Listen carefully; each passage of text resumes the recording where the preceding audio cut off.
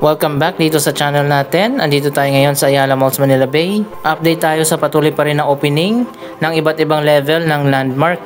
Isa sa mga anchor tenant dito sa Ayala Malls Manila Bay. Wow, may bago palang walkway dito sa harap. Nasa isang separate na building ng Ayala Malls Manila Bay ang Landmark, pero connected ito sa mall.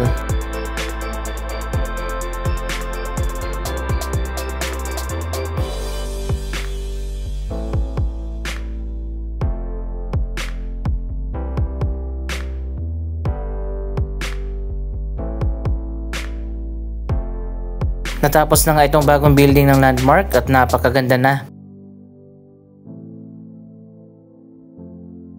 Pero mamaya na tayo mag-update sa Landmark Department Store kung saan nagbukas na nga ang level 1 at level 2. Mamaya tingnan natin kung bukas na ba ang level 3 at level 4. Silipin muna natin ang ginagawa na project dito sa Central Plaza ng Ayala Malls Manila Bay.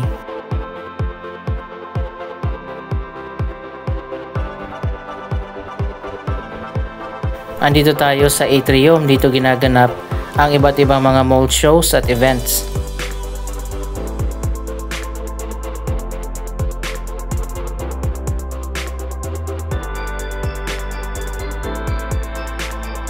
Napakalawak nga nitong Ayala Malls Manila Bay. Ang Central Plaza ay may lawak na 1 hectare, pero hinati ito sa dalawang park.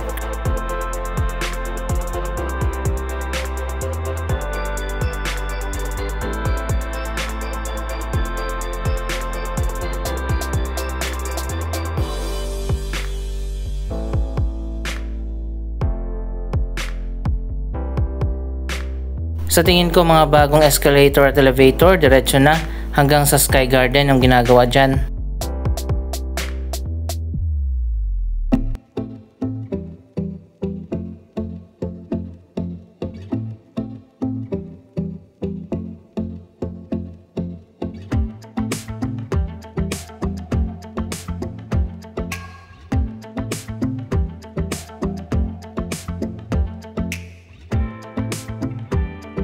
Punta tayo doon sa kabilang side ng Central Plaza.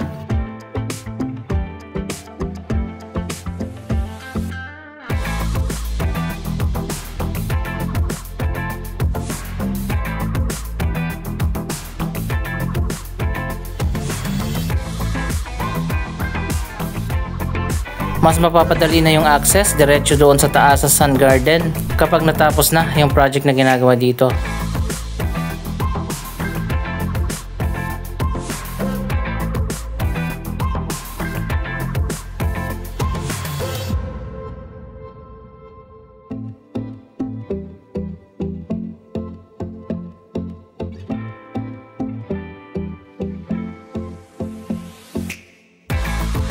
Unti-unti na nga gumaganda dito sa Central Plaza ng Ayala Malls Manila Bay. Nirenovate na nila yung kabilang side at maganda na.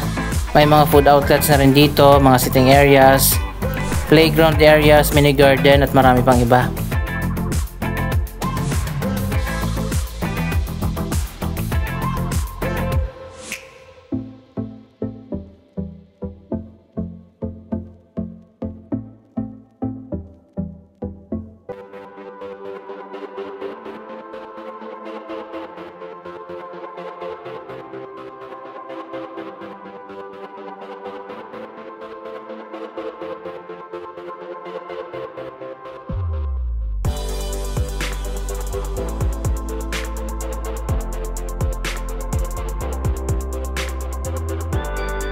Sana yung kabilang side ng park yung dinaanan natin kanina, i-rehabilitate din nila katulad nito.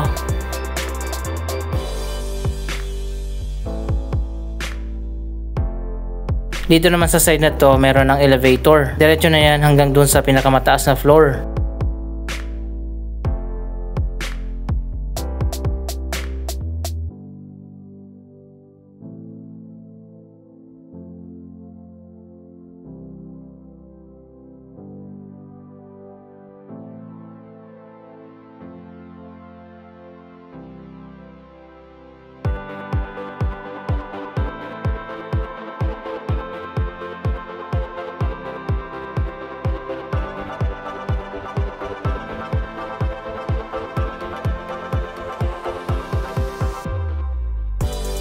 Maganda naman talaga dito sa Ayala Malls Manila Bay. Maraming tao pero hindi ganun ka-crowded katulad ng Mall of Asia.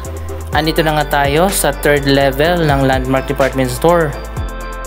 Wow, bukas na nga dito. Mukhang children's wear ang makikita natin dito pa lang sa bungad. At dito naman sa kabila ang napakalawak na area para sa mga kitchenwares.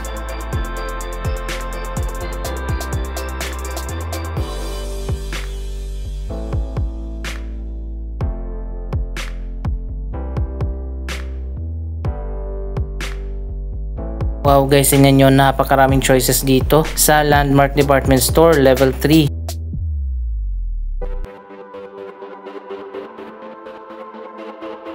Wow, tingnan nyo naman kung gaano kalawak yan.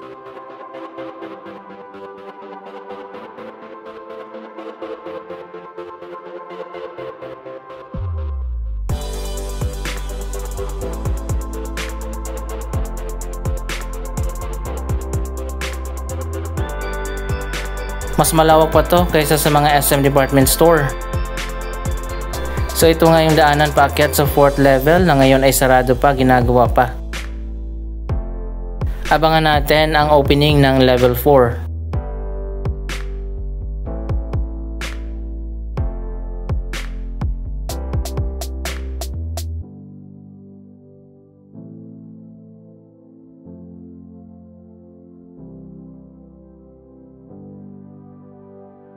Ang gusto ko dito sa interior design ng department store, maliwanag at minimalist lang yung design.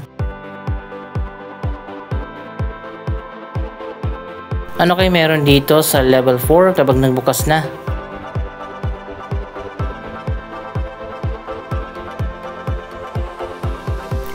Baba na tayo sa level 2 kung nasaan ang ladies wear area.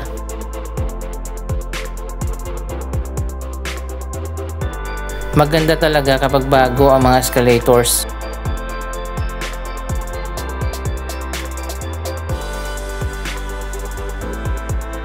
So ayun guys, ganun din kalawak itong ladies wear area.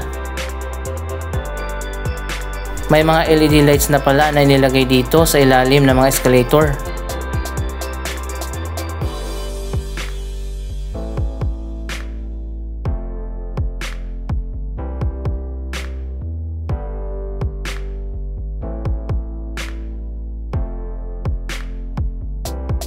So ayun guys, napakaraming choices dito. Sa level 2 ang ladies floor ng Landmark Department Store.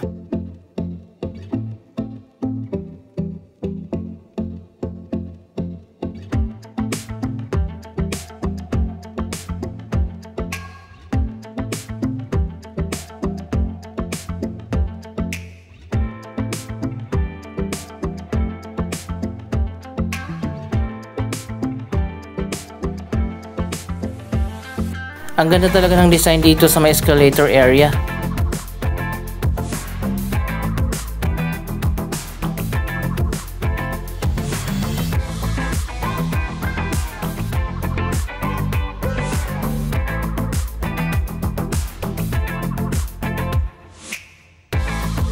Kung pupunta pala kayo dito, siguraduhin nyo na maglaan kayo ng isang araw. Malawak na nga itong Landmark Department Store. Mas malawak pa yung buong Ayala Malls Manila Bay. Dapat isang araw kayo nandito para maikot nyo yung buong mall.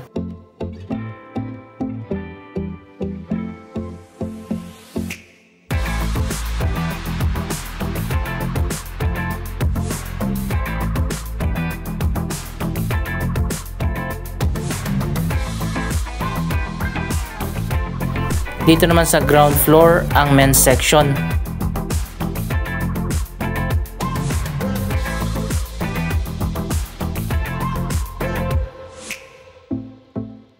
Ganun din, napakarami ding choices dito.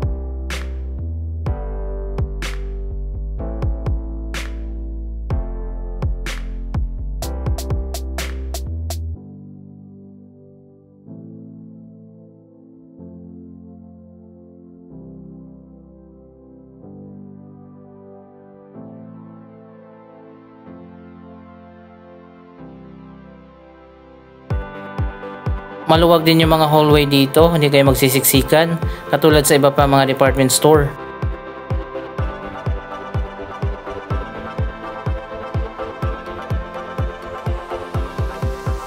Nasa lower ground floor naman ang supermarket at food court.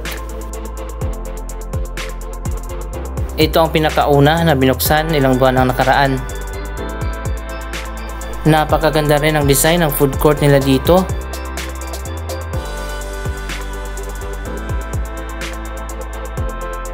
At sa ngayon nga mas nadagdagan na yung mga nagbukas na food outlets. Pero hindi pa rin siya fully occupied, marami pang vacant.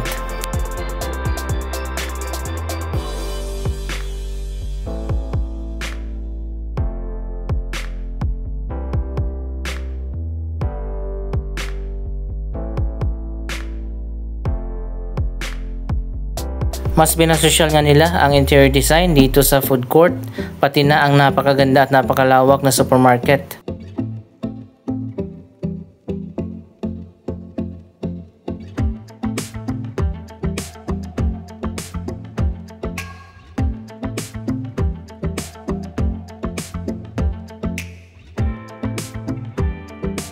Affordable pa rin naman lahat ang mga food outlets dito. Kayang-kaya sa budget at maganda pa yung ambience habang kumakain kayo.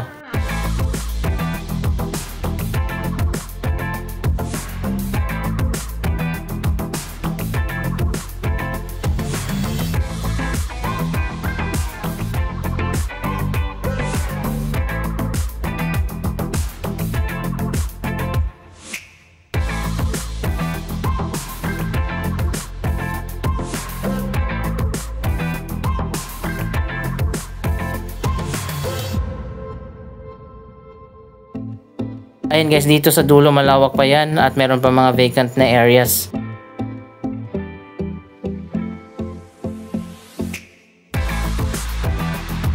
Isa sa mapapansin natin, napakarami mga table at mga upuan. Maganda rin ang kanilang mga restroom.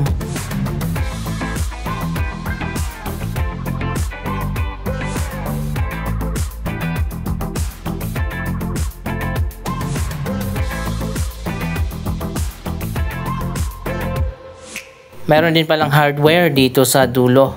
Ang kulang na lang talaga dito ay pharmacy at makukumpleto na ang Ayala Malls Manila Bay.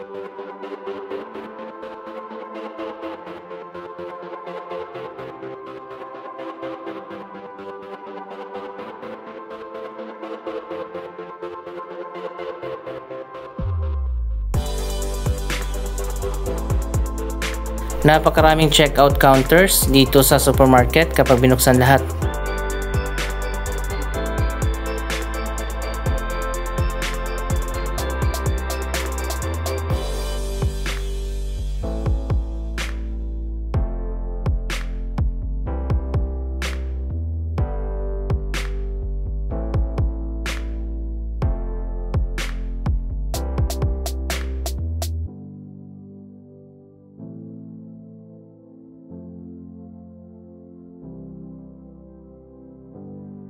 Magkakaroon pa yata dito ng performer, mayroon ng stage.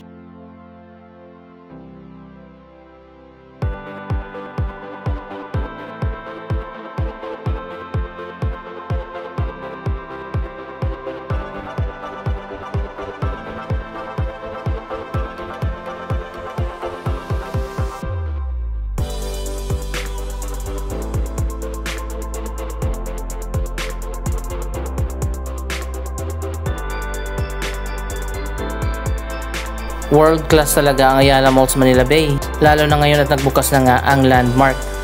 Anong masasabi nyo sa progress na ito? Mag-comment lamang dyan sa baba ng inyong mga reaksyon. Maraming salamat sa inyong panonood. Huwag kalimutan na i-share ang video ito at mag-subscribe para sa daily updates. Thank you for watching.